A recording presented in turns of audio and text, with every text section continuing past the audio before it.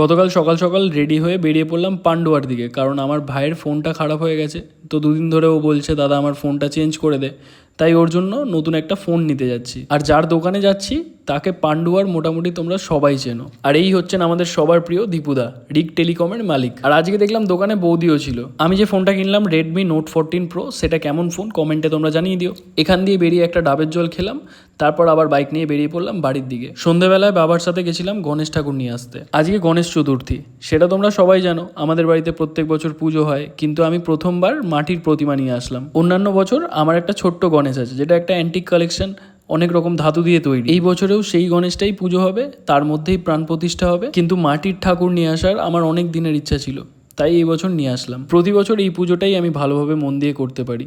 সকালবেলা উঠে গঙ্গা স্নান করতে যাই, তারপর পুজো না হওয়া অবধি উপোস থাকি, ধুতি পরে পুজো করি, আরও অনেক কিছু, যেগুলো কালকের ভিডিওতে তোমাদেরকে দেখাবো। আর তোমাদের সবাইকে জানিয়ে রাখলাম, যদি সময় পাও তাহলে আমাদের বাড়িতে এসে প্রসাদ খেয়ে যেও। তোমাদেরকে দেখলে আমার মনটা আরও বেশি ভালো হয়ে যাবে, আর আমার গণেশ চতুর্থীর দিনটা সার্থক হয়ে যাবে। আমার বন্ধুবান্ধব সেরকম খুব একটা নেই, 2-4 জন হাতে গোনা কিছু মানুষ আছে যারা আসবে কালকে। আর তাদের সাথে যদি তোমরাও আসতে পারো তাহলে আমার আরও বেশি ভালো লাগবে। সবার জন্য ওয়েট করে রইলাম, সবাই খুব ভালো থেকো।